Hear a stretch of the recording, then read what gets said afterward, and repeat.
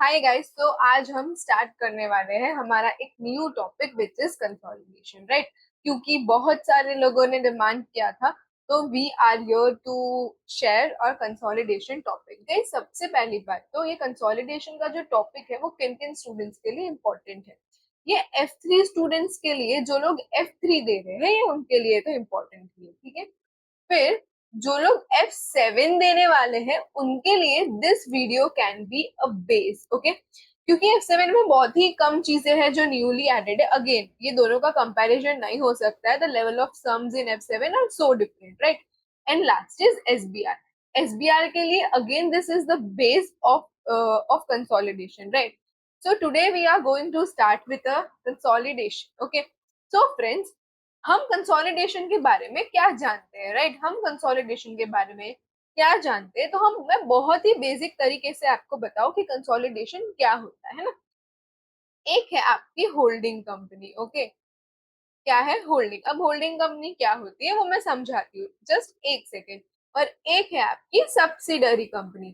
Friends, your the thing is कि कोई भी कंपनी किसी भी कंपनी को अगर 50% से ज्यादा एक्वायर कर ले, तो that becomes a holding and subsidiary, है ना। That becomes holding and subsidiary. मैं आपको बहुत छोटा सा एग्जांपल दूं यहाँ पे आपका। देन जैसे कि ये मेरी कंपनी है, रिया कंपनी, ओके। एंड ये कोई भी एक छोटी मोटी कंपनी ले लो, for example sunflower company. Riya company ने सनफ्लावर कंपनी में 51% शेयर्स ले लिए हैं, या 51% का ओनरशिप ले लिया है। तो ये हो गई मेरी सब्सिडरी कंपनी। ये हो गई मेरी सब्सिडरी कंपनी। मतलब friends, Riya company is the holding company and sunflower company is the subsidiary company.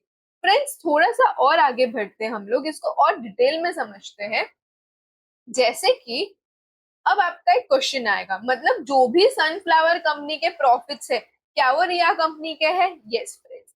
कुछ भी, सारी चीजें, सनफ्लावर की असेट, सनफ्लावर की लायबिलिटी, ये जो भी चीज है वो अब मेरी हो गई। असेट बेनिफिट हुआ तो भी मेरा, लायबिलिटी एक्सपेंसेस है, उसका ऑब्लिगेशन है तो भी मेरे। मतलब सनफ्लावर कंपनी को रन करने का जितना भी खर्चा है वो सब रिया कंपनी का भी है, ओके। आई होप सो आपको ये समझ में आया, ठीक है। मतलब हमने क्या सीखा यहाँ पे फ्रेंड्स, कि होल्डिंग और सब्सिडरी किसको बोलते हैं। कोई भी कंपनी में अगर आप 51%, मतलब 50% से ज्यादा, 50% से ज्यादा और 100% तक का इन्वेस्टमेंट होता है, तो उसको हम होल्डिंग एंड सब्सिडरी बोलते हैं। आई होप सो आपको ये समझ में आया, राइट। मैं फिर से रिपीट करती हूँ।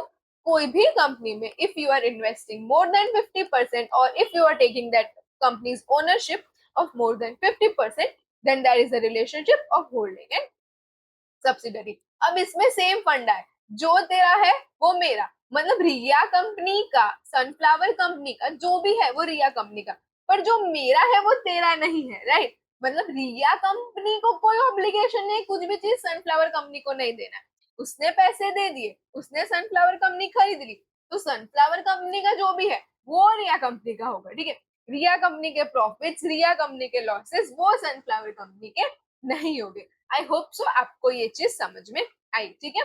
तो हमने सबसे पहले क्या सीखा कि होल्डिंग और सब्सिडरी क्या होता है, ओके। अब यहाँ पे मैंने थोड़े नोट्स बनाए आप लोगों के लिए फ्रेंड्स, कि group accounts, right.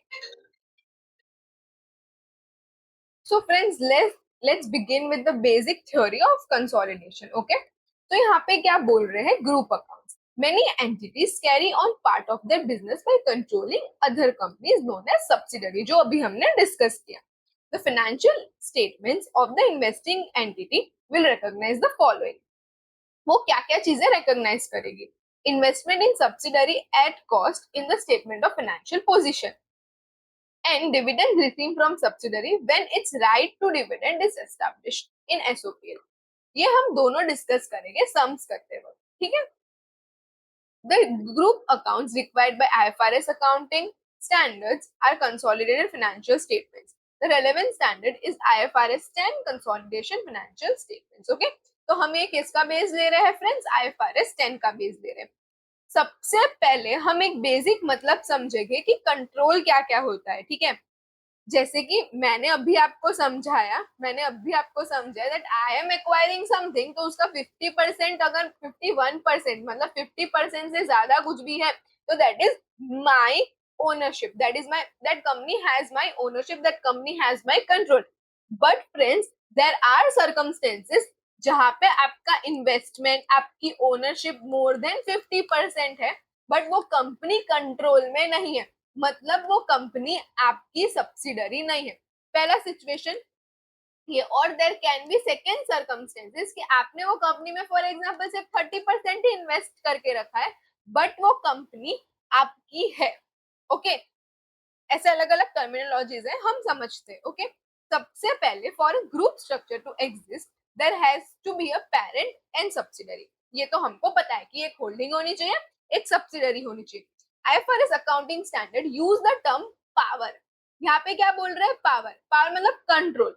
To consider whether an investor is a parent having control over subsidiary. Any of the following can achieve control. चलिए अब समझते हैं कि कंट्रोल कैसे आता है। सबसे पहले तो बहुत ही सिंपल सी चीज समझते हैं कि अगर आपके पास 50% से ज्यादा का ओनरशिप है तो आपके पास कंट्रोल है। Okay, the parent owns more than 50% of the voting rights of subsidiary. Holders of shares having voting rights. But holders of preference shares do not because their voting rights are restricted. यहाँ पर आपने क्या समझा friends कि equity में आपका control होगा, but अब आप ऐसा बोल रहे हो कि आपने 50% तो प्रेफरेंस शेयर में इन्वेस्ट किया है, आपका ओनरशिप जो है वो प्रेफरेंस शेयर्स का है, तो कंट्रोल नहीं होगा। तो यहाँ पर IFRS 10 बहुत ही सिंपल वे में क्या बोल रहा है, इक्विटी शेयर में इन्वेस्टमेंट होगा तो ही आपकी सब्सिडरी है, अगर प्रेफरेंस शेयर में इन्वेस्टमेंट है तो आपकी वो सब्सिडरी नहीं है। Okay friends, now moving to second topic, second part, control by agreement. The parent has agreed with other investors that it could control more than 50% of voting rights. मतलब क्या, holding और subsidiary के बीच में एक contract हो गया है कि जो भी उसकी होल्डिंग है वो 50% से ज्यादा, मतलब वो उसकी कंपनी को कंट्रोल करेगी। लीगल डॉक्यूमेंट्स के टर्म्स पे एक क्या हो गया है, एग्रीमेंट साइन हो गया है। Next, board appointment. This part is important. मैं आपको ये इसका एग्जांपल आगे आएगा और मैं अभी दे भी देती हूँ। Board appointment, a parent has power to appoint board and remove the board. मैं आपको एक छोटा सा एग्जांपल देती हूँ। जैसे कि मेरे बोर्ड में मुझे 10 मेंबर्स को अपॉइंट करना है, रिया कंपनी और सनफ्लावर कंपनी। सनफ्लावर कंपनी में 10 बोर्ड को अपॉइंट करना है और रिया कंपनी के पास राइट है कि वो 7 बोर्ड मेंबर्स को अपॉइंट कर सकती है। मतलब रिया कंपनी कितना परसेंट बोर्ड एक्वायर, कितना परसेंट कर रही है? 70% बोर्ड को एक्वायर कर रही है। तो क्या ये मोर देन 50% है? Yes friends. ओके, तो क्या ये सब्सिडरी और होल्डिंग का रिलेशन है। अब मैं आपको इसका दूसरा एग्जांपल भी दे। फॉर एग्जाम्पल, रिया कंपनी ने इसके शेयर्स में 51% का इन्वेस्टमेंट तो कर दिया है, ठीक है, 51% का इन्वेस्टमेंट तो कर दिया है, पर जो बोर्ड अपॉइंटमेंट है उसमें रिया कंपनी ने 10 में से सिर्फ 3 ही लोगों को अपॉइंट कर सकती है, सिर्फ 3 ही को अपॉइंट कर सकती है। तो फ्रेंड्स, ये जो केस है वो होल्डिंग सब्सिडरी नहीं है। भले रिया कंपनी ने इन्वेस्ट किया है 51%, बट जब तक उसके पास ये राइट नहीं आ जाता कि वो बोर्ड में हाफ डिसीजन भी ले, तब तक वो होल्डिंग सब्सिडरी का रिलेशन नहीं बनेगा। ओके फ्रेंड्स, तो क्या ये जो सिचुएशन मैंने अभी आपको बोला, क्या यहाँ पर होल्डिंग सब्सिडरी का रिलेशन बनेगा? नहीं बनेगा। ओके, ये आपके एमसीक्यू में आ सकता है, तो थोड़ा ध्यान रखना। Okay, next is board voting. The parent can cast a major votes at board meeting. जो बहुत ही ऑब्वियस सी बात है कि अगर आप बोर्ड के मीटिंग में डिसीजन ले सकते हैं, आप अपने वोट्स दे सकते हैं, तो आपका होल्डिंग एंड सब्सिडरी का रिलेशन है। And last is power over the investee. The parent has existing rights that allow it to direct the relevant activities of the investee. It has legal right to govern the financial and operating policies of the investee. Friend, simple सी बात है कि अगर Riya company sunflower company का operating activities देख रही है, financing activities देख रही है, उसको बता रही है कि आप ये करो तो ऐसा होगा। अगर कोई मेरी बात मान रहा है वहां पर, मतलब अगर सनफ्लावर कंपनी मेरी बात मान रही है, वो मेरे डिसीजंस एक्सेप्ट कर रही है, मैं उनके डे टू डे साइकिल में काम, मैं उनके डे टू डे लाइफ में एडवाइस दे रही हूँ, राइट। तो यहाँ पर आपका पावर है। तो this is the relation of holding and subsidiary friends. I hope so ये आपको समझ में आया। Okay, so this was the basic thing which you need to know before you go for your exams. Okay, and even even ये SBR में 7 to 10 marks की theory होती है। ओके, तो for the students of SBR ये आपके लिए important है, बट मैंने जैसे ये बताया ये F3 के लिए लेक्चर बना रही हूं मैं। तो फ्रेंड्स, अगर बाई चांस कोई भी अपना बेस क्लियर करना चाहता है तो प्लीज ये कंट्रोल वाला पार्ट बहुत अच्छे से ध्यान रखना, ठीक है। Even for F3, sorry for F7 people and for SBR people, F7 के लिए ये एमसीक्यू में आ सकता है ना, और एसबीआर वालों को तो ये लिखने का ही आएगा। ओके, फॉर शॉर्ट ये 5 to 7 मार्क्स का क्वेश्चन बन के आपके पेपर में आ जाएगा, और आपको ये सारी चीजें लिखनी पड़ेगी, ठीक है। जैसे मैंने आपको एग्जांपल्स दिए वैसे केस आ सकता है। Okay, so this can be your jackpot marks. बस आपको याद क्या करना है, ओनरशिप, कंट्रोल, बोर्ड अपॉइंटमेंट, और फिर आप अंदर कुछ भी थोड़ा बहुत अपना बना के भी लिख सकते हो, ठीक है। Board voting and power over investing. Okay friends, I hope so आपको ये समझ में आया। सो this was the part of control. अब इसके थोड़े से एग्जांपल्स हैं, हम वो देखते हैं। ओके, देखो फर्स्ट क्या लिखा है, an entity holds 40% of the voting rights in B, ठीक है। It also holds share option. देखो एक तो क्या बोल रहे हैं, ए ने बी में कितना कितना वोटिंग राइट है कि मैं वोट कर सकती हूँ 40% तक, ठीक है। तो यहाँ तक मुझे पता चल रहा है कि होल्डिंग और सब्सिडरी का रिलेशन नहीं है। Okay, it also holds share options which, if it were to exercise them, would take its shareholding in entity B to 80%. The share options can be exercised anytime. क्या बोल रहे हैं, उनके पास share options है। ये again ये बहुत आगे का टॉपिक है, बट ये एग्जांपल में आ सकता है, ठीक है। तो कोई बड़ी बात नहीं, मतलब उनके पास एक ऑप्शन है जो वो एक्सरसाइज कर सकते हैं। मतलब बहुत ही आसान भाषा में बोलूं तो उनके पास एक अपॉर्चुनिटी है कि वो और शेयर्स ले सकते हैं, जिनसे उनका जो शेयर होल्डिंग पावर है वो 80%, मतलब सीधा 40 का डबल 80 हो जाएगा। Okay, ignoring any other issues, it would be probable that entity A had control over entity B through but through both its current shareholding and potential future shares.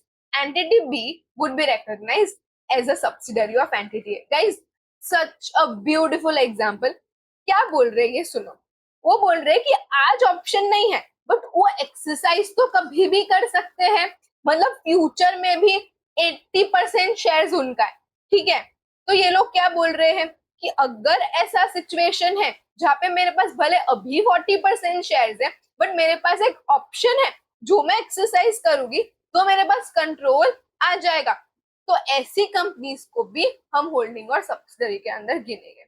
Okay friends, so this was the best example I think, और ये बहुत ही mind brainstorming example है, तो you can refer this. Okay, so you can refer this in for your exams. Okay, so this was your example 1. Okay, so your next example is your example 2. The following are example of situations that could exist. Shen company owns 60% of shares in Zio company. It assumed unless it can be shown otherwise, the owing more than 50% of shares companies gives control. The Shen company controls Zio company by virtue of owing more than 50% shares. Simple सी बात है, इधर कुछ twist नहीं है। इधर क्या बोल रहा है, एक शेन कंपनी है, जियो कंपनी है, वो 60% में इन्वेस्ट करके रखा है, 60% शेयर्स है उसके पास, तो क्या ये होल्डिंग सब्सिडरी है? हाँ, ये होल्डिंग सब्सिडरी है। तो this was so simple. Okay, अब next, Leo company owns 45% of shares in Zang company. Okay, Leo company 45% shares hold कर रही है zen। Guys, this is the important some specially for SBR people, ठीक है। सबके लिए इंपॉर्टेंट है, ठीक है, ये सबको आना चाहिए, बट ये आप लोगों के लिए थोड़ी थ्योरी बेस में आ सकता है। तो देखिए क्या होगा। However, Liu company shares are special founders, okay? Shares that gives Liu company 10 votes per share। देखो ऐसा बोल रहे हैं कि 45 शेयर्स है, बट एक शेयर के बदले में 10 वोट होगा, ठीक है, एक शेयर के बदले में 10 वोट होगा। चलो आगे देखते हैं। पहले तो मैं इसका बाइफरकेशन करते हैं, ठीक है, कि भाई ये 45 है, तो बाकी का जो 55% है वो दूसरे का होगा, है ना, वो दूसरे का होगा। अब next, while all other shares, मतलब बाकी सारे जो शेयर्स है वो एक ही वोट कर सकते हैं। गाइस पे अटेंशन, थोड़ा दिमाग चलाओ। ल्यू कंपनी ऐसा बोलती है कि मैं एक शेयर के बदले में 10 पे वोट कर सकते हैं, मतलब उनके पास ऐसा राइट है, ठीक है, जैसे कि मैंने एक वोट किया तो मेरे 10 वोट, मतलब मैं एक 10 के बरोबर मेरा एक वोट होगा, ओके। तो इसके पास कितने हैं टोटल 45%। अगर मैं इसको 100 के बेस में बोलूं कि फॉर एग्जाम्पल मेरे 100 शेयर्स है, मेरे 100 शेयर्स है, ठीक है, जिसमें ल्यू कंपनी के पास मेरे 45 शेयर्स है और बाकी के 55 अलग है। तो ल्यू कंपनी अगर ये 10 के बरोबर वोट करती है तो टोटल 450 शेयर्स, टोटल 450 शेयर्स को ये वोट करेगी और ये सिर्फ 55 को वोट ही कर पाएंगे। मतलब ल्यू कंपनी के पास 450 वोट्स का राइट है, 450 वोट्स का राइट है। तो क्या ये होल्डिंग सब्सिडरी हुई? यस फ्रेंड्स, ये होल्डिंग सब्सिडरी हुई। आई होप सो आपको ये कंसेप्ट समझ में आया, and this was again the important concept which can be tested in MCQs or your long questions for SPR. Okay. Now next, Lee company owns 45% of the shares in bank company. क्या बोल रहा है कि ली company जो है वो 45% shares hold कर रही है बैंक कंपनी में। देखो सिर्फ 45 तो आप यहां से पढ़ के क्या जज कर लोगे? नहीं नहीं नहीं, होल्डिंग सब्सिडरी का रिलेशन नहीं बन रहा, बट नहीं, आपको उसके आगे पढ़ना पड़ेगा, okay. But thanks to shareholder agreement the the right to appoint board, मतलब बोर्ड में के जो डायरेक्टर्स होते हैं वो आप 7 में से 30 एक्वायर कर सकते हो। गाइस कैलकुलेटर करके सम करना कि 7 divide by 30, 7 divide by 10 into 100, मतलब मैं 70%, मैं 70% एक्विजिशन कर सकती हूँ, बोर्ड को मैं अपॉइंट कर सकती हूँ। यस, मैं 70% बोर्ड को, कौन, ली कंपनी अपॉइंट कर सकता है। तो क्या मुझे बताओ, क्या ये होल्डिंग सब्सिडरी का रिलेशन नहीं हुआ? यस फ्रेंड्स, ये एक होल्डिंग सब्सिडरी का रिलेशन हुआ, okay. Now moving to next sum. You company owns 60% of the shares of Jung company, but मैं ओनली अपॉइंट, देखो 60% होल्ड कर रही है, बट ऐसा बोल रही है कि 7 में से सिर्फ 2 लोगों को ही एक्वायर कर सकते, मतलब 2 डिवाइड बाई 7 इंटू 100, मतलब मैम क्या उनके पास 28% राइट ही है? उन्होंने इन्वेस्टमेंट 60% का किया है, पर उनका बोर्ड में राइट सिर्फ 28% है। तो क्या ये होल्डिंग सब्सिडरी का रिलेशन हुआ फ्रेंड्स? नहीं, ये होल्डिंग सब्सिडरी का रिलेशन नहीं हुआ। आई होप सो आपको ये दोनों में फर्क समझ में आया। ये दोनों में ये 45% था तो भी यहाँ पर कंट्रोल है, ये 60% है तो भी कंट्रोल नहीं है। Okay friends, I hope so this is clear. Now fifth point is Zhao owns 30% of the equity shares in Deng, 70% of preference shares, ठीक है। देखो यहाँ पर आपको पता चल गया कि इक्विटी में तो सिर्फ 30% ही होल्ड कर रहा है, बाकी तो 70% प्रेफरेंस शेयर्स में है ना। हमने तो पहली चीज ये सीखी थी कि आपका इन्वेस्टमेंट इक्विटी शेयर में होना चाहिए, प्रेफरेंस शेयर्स में नहीं होना चाहिए। अगर ये इन्वेस्टमेंट प्रेफरेंस शेयर्स में है तो वैसे भी ये होल्डिंग सब्सिडरी का रिलेशन नहीं है, बट डोंट जज। वैसे तो आंसर नहीं है, that is no relation of holding and subsidiary, but आपको पूरा पढ़ने की हैबिट डालनी है, ठीक है। Preference shares have no votes in general meeting, ठीक है। तो यहाँ पर बिल्कुल ऑब्वियस सी बात हो गई है कि इक्विटी शेयर्स में इन्वेस्टमेंट नहीं है और प्रेफरेंस शेयर्स में 70% का इन्वेस्टमेंट है या ओनरशिप है, कुछ भी है, ये एक होल्डिंग सब्सिडरी का रिलेशन नहीं है। आई होप सो आपको ये पूरा कंसेप्ट समझ में आया। सो फ्रेंड्स हमारा एक और एग्जाम्पल है विच इज योर एग्जाम्पल 4। देखिए इधर ट्रू और फॉल्स पूछा है तो हम उसको आंसर कर देते हैं। A branch has separate legal authority from its owner. तो बताइए मुझे, क्या ओनरशिप अलग होती है, होल्डिंग अलग है और सब्सिडरी अलग है? नो फ्रेंड्स, अब तो आप एक हो चुके हैं, तो आप चाह के भी अलग नहीं हो सकते, ठीक है? तो this is false. Okay, for a business to be a subsidiary it must be own 100% by the parents. Is it compulsory? No, it is not compulsory. 100% का ओनरशिप होना जरूरी नहीं है। 51% होना चाहिए या 50% से ज्यादा होना चाहिए, 100% तक होना चाहिए, तो that is holding and subsidiary. और भी हमने ऊपर पॉइंट्स डिस्कस किए रहे, वो भी इसमें एप्लीकेबल है। Next friends, some companies establish operation abroad as subsidiary to involve local investors. देखो ये तो कॉमन सी बात, कॉमन सेंस की बात है। क्या कुछ कंपनीज अब्रॉड में अपनी सब्सिडरीज को शिफ्ट कर देते हैं? हाँ, ठीक है। तो this was something practical. Okay, ये कोई ट्रू फॉल्स भी नहीं था, आई थिंक ये जैसे एक स्टेटमेंट था। ओके, आई होप सो आपको ये पूरा कंसेप्ट समझ में आया, ठीक है? सो ये अभी तक हमने क्या समझा, बेसिक थ्योरी समझी है, ठीक है? अब हम लोग आगे हमारे वर्किंग पे जाते हैं, ठीक है? देखिए, एक होती है होल्डिंग। मैं अब असली सम्स एंड असली कंसोलिडेशन चालू करती हूँ, ठीक है? एक होती है होल्डिंग कम, एक होती है सब्सिडरी कम। इसका आपको करना है कैलकुलेशन। क्या करना है आपको? कैलकुलेशन करना है। तो फ्रेंड्स लेट्स स्टार्ट कि होल्डिंग सब्सिडरी का क्या रिलेशन होता है, हम इसके सम्स को कैसे अप्रोच करते हैं। ओके, तो देखिए, सबसे पहले कोई भी हो, मैं एक बेसिक एग्जांपल ले लेती हूँ कि जैसे मैंने होल्डिंग में, रिया कंपनी ने सनफ्लावर कंपनी में 80% इन्वेस्ट किया है, ठीक है? तो मेरा परसेंटेज कितना? 80, और सब्सिडरी का परसेंटेज कितना? 20। ओके फ्रेंड्स, तो this is the basic example which I am taking. Okay, तो सबसे पहले आप लोग क्या करोगे, इसमें 5 स्टेप्स बनाते हैं हम लोग। क्या करते हैं? कोई भी सम हो, कोई भी सम हो, अगर आप लोग बैलेंस शीट कर रहे हो तो उसमें 5 स्टेप्स बनाओगे ना, आपकी लाइफ इतनी सॉर्टेड हो जाएगी। मैं हमेशा स्टूडेंट्स को बोलती हूँ, कुछ भी चीज आप करो, आप पहले ये 5 स्टेप्स बना लो, ठीक है?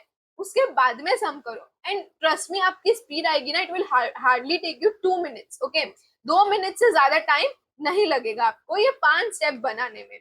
तो सबसे पहले it is your group structure.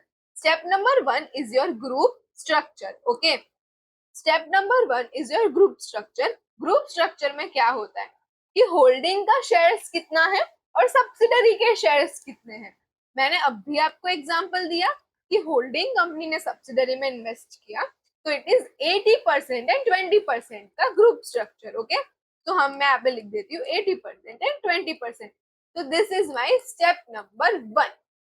I am repeating again, what is your step number 1? Group structure, कि होल्डिंग और सब्सिडरी के शेयर प्राइस कितने हैं।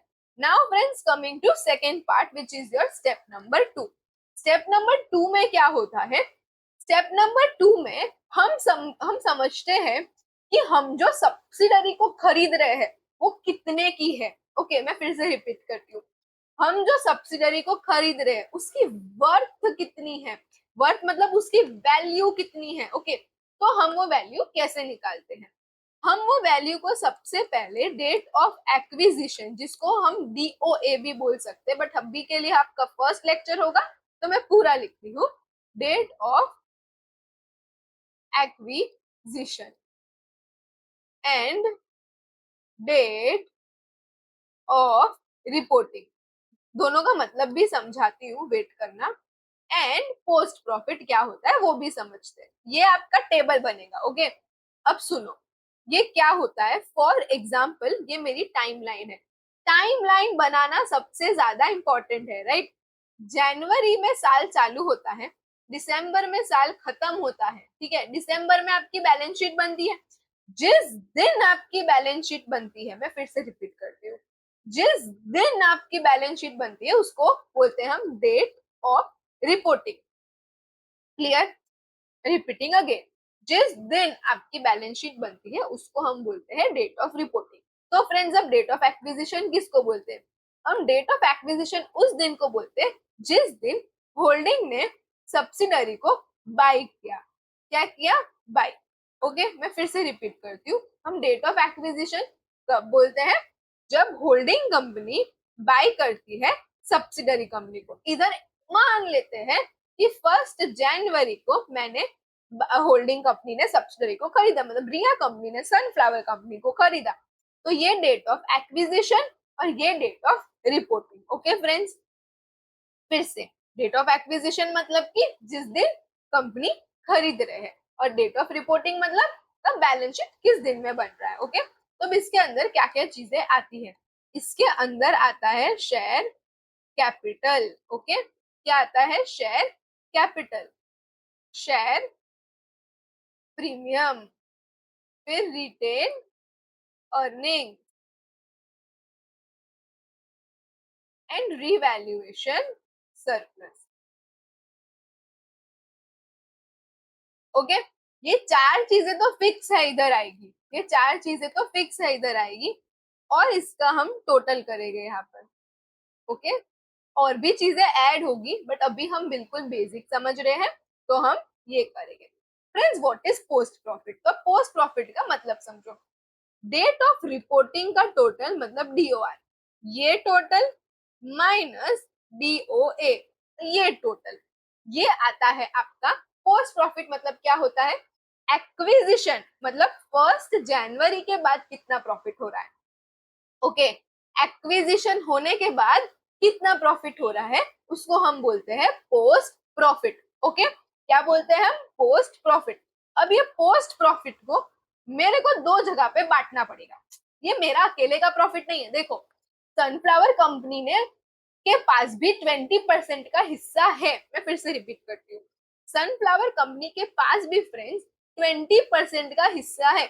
मेरे पास भले ज्यादा हिस्सा है, बट ऐसा नहीं कि उसके पास ओनरशिप है 20% की, नहीं है, ऐसा नहीं। ओके, ये पूरा प्रॉफिट मेरा नहीं होगा, इसमें हम प्रॉफिट को बांटेंगे।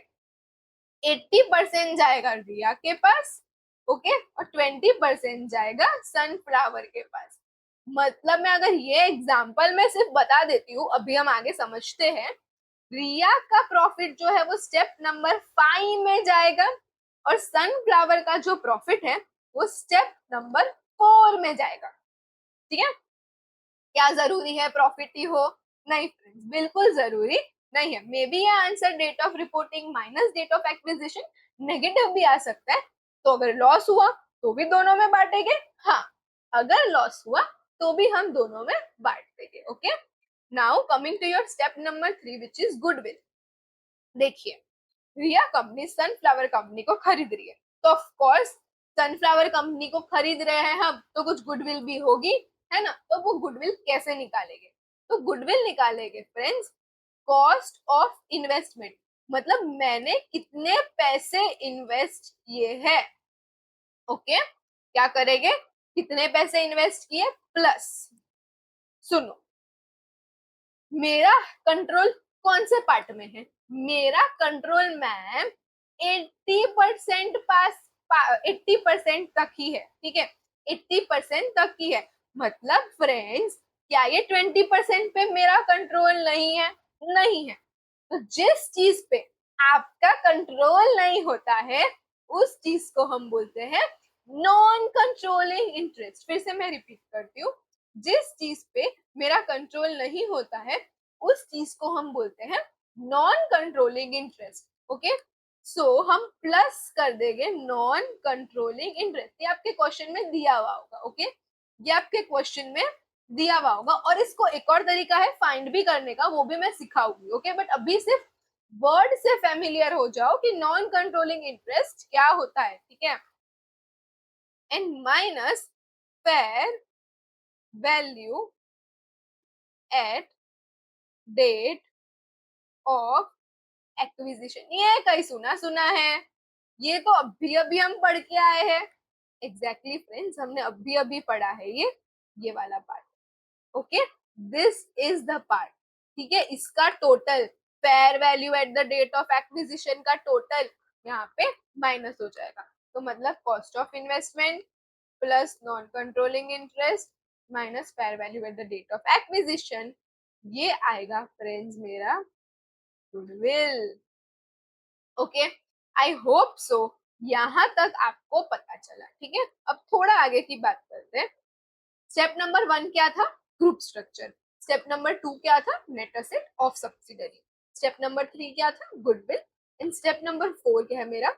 एनसीआई, जिसको हम प्यार से एनसीआई बोलते हैं, बट इसका फुल फॉर्म है जो भी हमने देखा, नॉन कंट्रोलिंग इंटरेस्ट। क्या क्या नॉन कंट्रोलिंग इंटरेस्ट दिया होगा friends? Yes, non controlling interest दिया होगा। तो ओपनिंग एनसीआई है ना, दिया होगा, या फाइन करना है, वो फाइन कैसे करना है वो बताओगी। बट F3 वाले स्टूडेंट्स को ये देके रखते हैं, F3 वाले स्टूडेंट्स को एनसीआई क्वेश्चन में होगा। Okay, plus post profit. Post profit भी सुना सुना लग रहा है, राइट? पोस्ट प्रॉफिट भी सुना सुना तो नहीं लग रहा ना, राइट? अभी आपने सुना पोस्ट प्रॉफिट, देखो यहाँ पर ये रहा। ये जो पार्ट है स्टेप नंबर 4, मतलब 80 और 20% का जो पार्ट है, वो आप क्या करोगे? यहाँ पर दे दो। Okay friends, I hope so आपको पता चला। Now retain earning. Retain earning क्या होता है? रिटेन, देखो मेरी बात ध्यान से सुनना। स्टेप नंबर 1 सब्सिडरी का था, ठीक है, मतलब सब्सिडरी के बेस पे था। स्टेप नंबर 2 सब्सिडरी का था। स्टेप नंबर 3 भी सब्सिडरी का था। स्टेप नंबर 4 एनसीआई, मतलब 20% वाला जो हिस्सा, वो भी सब्सिडरी का था। चारों के चारों स्टेप्स सब्सिडरी के बेस में हमने निकाले हैं। पांचवा स्टेप हम लोग होल्डिंग के बेस पे निकालेंगे। मतलब ये रिटेन अर्निंग किसकी? होल्डिंग की। रिटेन अर्निंग्स होल्डिंग की। तो ओपनिंग रिटेन अर्निंग या तो ये बैलेंस शीट में दे देंगे वैसे तो, opening retain earnings plus post profit. Okay, opening retain earnings plus post profit. I hope so post profit कहाँ पे देखा था हमने? Step number 2, right? ये रहा।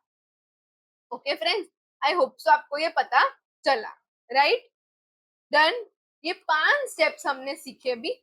मैं इसका एक सम करवाती हूँ, ओके, और फिर हम ये लेक्चर को खत्म करेंगे। एक सम करके फिर हम नेक्स्ट लेक्चर में इसके एडजस्टमेंट्स भी सीखेंगे। ओके,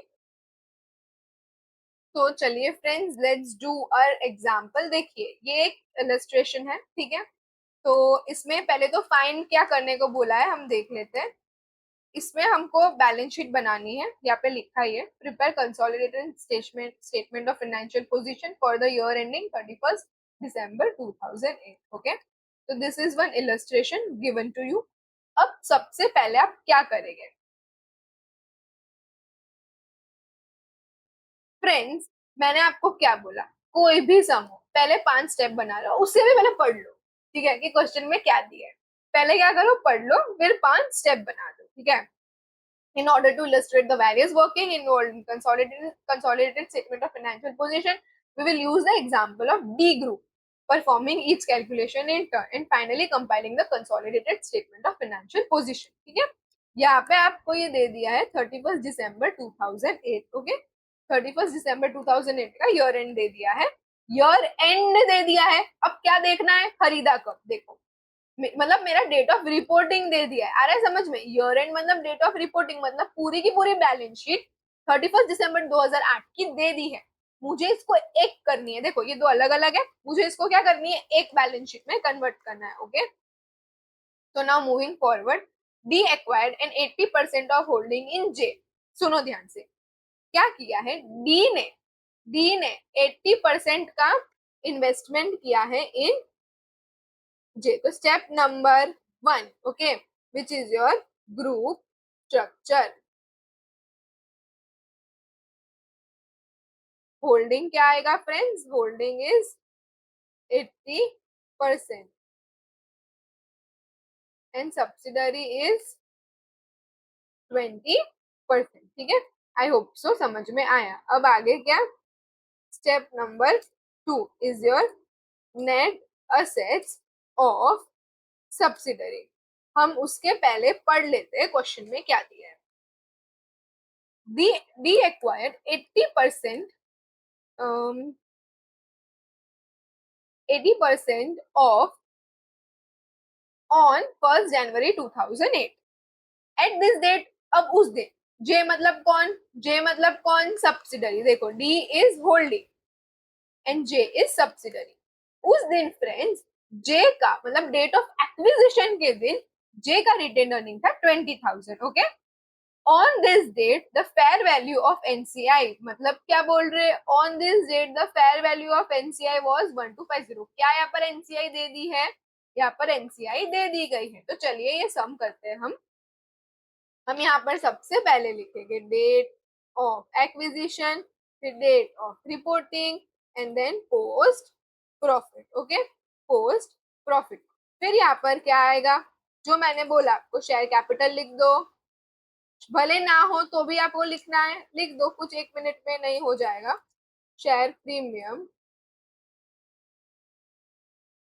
रिटेन अर्निंग्स, देखो दो चीज तो होगी हमेशा, शेयर कैपिटल और रिटेन अर्निंग। शेयर प्रीमियम और इवैल्यूएशन सरप्लस कभी कभी नहीं भी हो सकते हैं, बट ये दो चीज तो फिक्स ही है। ठीक है, ये होगी ही होगी, retain earnings and revaluation surplus. भले रिवैल्यूएशन सरप्लस इस बार नहीं है, बट क्योंकि मेरे को लगता है कि नेक्स्ट सम में आ सकता है तो मैंने लिख दिया। ठीक है, तो अब यहाँ पर क्या होगा फ्रेंड्स, जो मेरा डेट ऑफ एक्विजिशन है उधर क्या आएगा, डेट ऑफ एक्विजिशन के दिन और डेट ऑफ रिपोर्टिंग के दिन। शेयर कैपिटल तो 20 का 20 ही रहने वाला है। ठीक है, शेयर कैपिटल तो 20,000 का 20,000 ही रहने वाला है। अगेन इधर अगर कोई इंफॉर्मेशन नहीं दी है कि भाई चेंज हो रहा है, तो देर इज अजम्पशन कि आप वही समझो कि जो डेट ऑफ रिपोर्टिंग के दिन है ये डेट ऑफ रिपोर्टिंग का है। क्या है, ये डेट ऑफ रिपोर्टिंग का है, तो वही डेट ऑफ एक्विजिशन पे भी होगा। ओके, तो ये एक अजम्पशन समझो। ओके, तो यहाँ पर आएगा 10,000 और 10,000 गाइस। बट एक चीज बी केयरफुल, कभी भी रिटेन अर्निंग सेम नहीं रहता है, रिटेन अर्निंग हमेशा अलग ही आएगा। ओके, तो retain earning date of reporting में कितना है फ्रेंड्स, डेट ऑफ रिपोर्टिंग में सब्सिडरी का ही देखना है, होल्डिंग का नहीं देखना। ओके, सब्सिडरी का देखना है, होल्डिंग का नहीं देखना। It is 25,000 and here it is 20,000। Okay, I hope so आपको समझ में आया। अभी क्या मैं टोटल लगा दूं, नहीं कभी नहीं, हम टोटल लास्ट में ही लगाएंगे। Step 3 which is your non controlling interest. Non controlling interest मतलब क्या, opening balance, sorry step number 3 is your goodwill, so sorry friends, goodwill, goodwill find करेंगे। गुडविल में क्या आएगा, कॉस्ट ऑफ इन्वेस्टमेंट, कितना इन्वेस्ट किया है फ्रेंड्स। आपको क्या यहाँ पे बैलेंस शीट में दिख रहा है कि कितना इन्वेस्ट किया है, 60,000। देखो यहाँ पर लिखा है इन्वेस्टमेंट इन जे। ठीक है, मतलब डी ने इन्वेस्टमेंट किया होगा जे में, तो ये आएगा 60,000। अब हम क्या कर देंगे, एड एनसीआई, मतलब नॉन कंट्रोलिंग इंटरेस्ट है ना, add NCI non controlling interest which is कितना फ्रेंड्स, विच इज आपका 12500 and less fair value at the date of acquisition. क्या है, fair value at the date of acquisition कितना होगा वो इधर से पता चलेगा। ठीक है, तो एक बार उसको रहने दो, हम लास्ट में ही सम करेंगे सबका। Step number 4 is your NCI. NCI मतलब नॉन कंट्रोलिंग इंटरेस्ट। ओके, तो नॉन कंट्रोलिंग इंटरेस्ट में क्या दिया है, ओपनिंग बैलेंस देके रखा है। यस, ओके, तो ओपनिंग बैलेंस कितना है यहाँ पे हमारा एनसीआई का, 12500, और पोस्ट प्रॉफिट आएगा फिर। Okay, now step number 5 which is your retain earning. Retain earnings में भी अगेन क्या, ओपनिंग रिटेन अर्निंग्स है ना, मतलब ओपनिंग बैलेंस। किसका बोला था मैंने आपको, चारों के चारों स्टेप में इंफॉर्मेशन हमने सब्सिडरी की ली है, बट रिटेन अर्निंग में हम इंफॉर्मेशन लेंगे नहीं, ये नहीं, ये फ्रेंड्स होल्डिंग की 70,000 की इंफॉर्मेशन लेंगे हम। ओके, तो यहाँ पे आएगा आपका 70,000।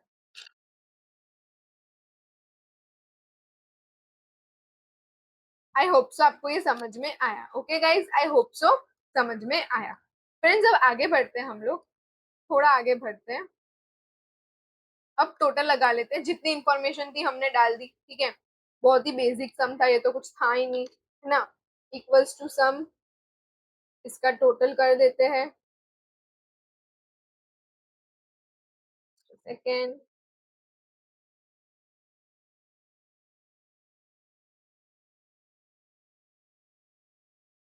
ओके, पोस्ट प्रॉफिट में क्या सिखाया था? Date of reporting 55,000 minus 50,000। Okay, तो दिस इज 5,000। अब मैंने क्या बोला, ये 5,000 जैसे ही आए कहाँ पे बांट दो? 5,000 का जो 20% है वो स्टेप नंबर 4 में चले जाएगा, और 5,000 का जो 80% है वो स्टेप नंबर 5 में चले जाएगा, और यहाँ पर आ जाएगा मेरा fair value at the rate of acquisition, cost of investment plus NCI plus minus fair value at the rate of acquisition. तो गुडविल आ गया, एंड यहाँ पर क्या आएगा? दोनों प्लस हो जाएगा क्योंकि प्रॉफिट है, और लास्टली क्या?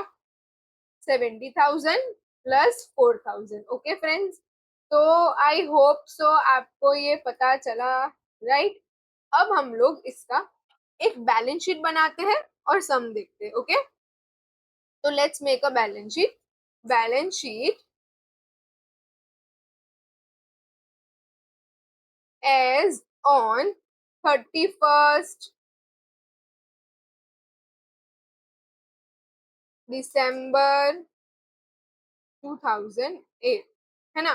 तो चलो अब हम लोग ये चालू करते हैं। फ्रेंड्स सुनो, ध्यान से सुनना एक बात, ये नोट करके रख लो कहीं पर, क्योंकि ये मैं बार बार नहीं बोलूंगी। ओके, ये कहीं पर नोट करके रख लो।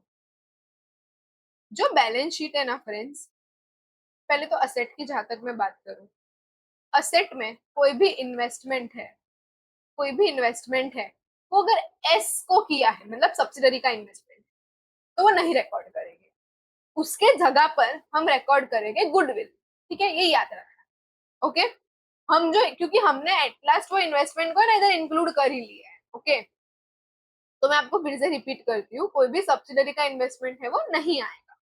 फिर दूसरा चीज, ये पहला चीज समझ में आया? ओके, दूसरा चीज, इन्वेस्टमेंट की जगह गुडविल लिख देंगे, दिस वाज फर्स्ट थिंग। दूसरा चीज, लायबिलिटी असेट में करेंगे holding plus subsidiary, but equity में हम सिर्फ और सिर्फ होल्डिंग की इक्विटी लिखेंगे। मैं फिर से रिपीट करती हूँ, लायबिलिटी और असेट में हम होल्डिंग प्लस सब्सिडरी करेंगे, बट हम इक्विटी में सिर्फ और सिर्फ क्या करेंगे? सिर्फ और सिर्फ होल्डिंग की इक्विटी लिखेंगे। ठीक है, चलिए मैं आपको थोड़ा ये सम के थ्रू भी समझा देती हूँ, जैसे कि मैंने ये फ्रेंड्स बनाया यहाँ पर मेरा नॉन करंट असेट। ओके,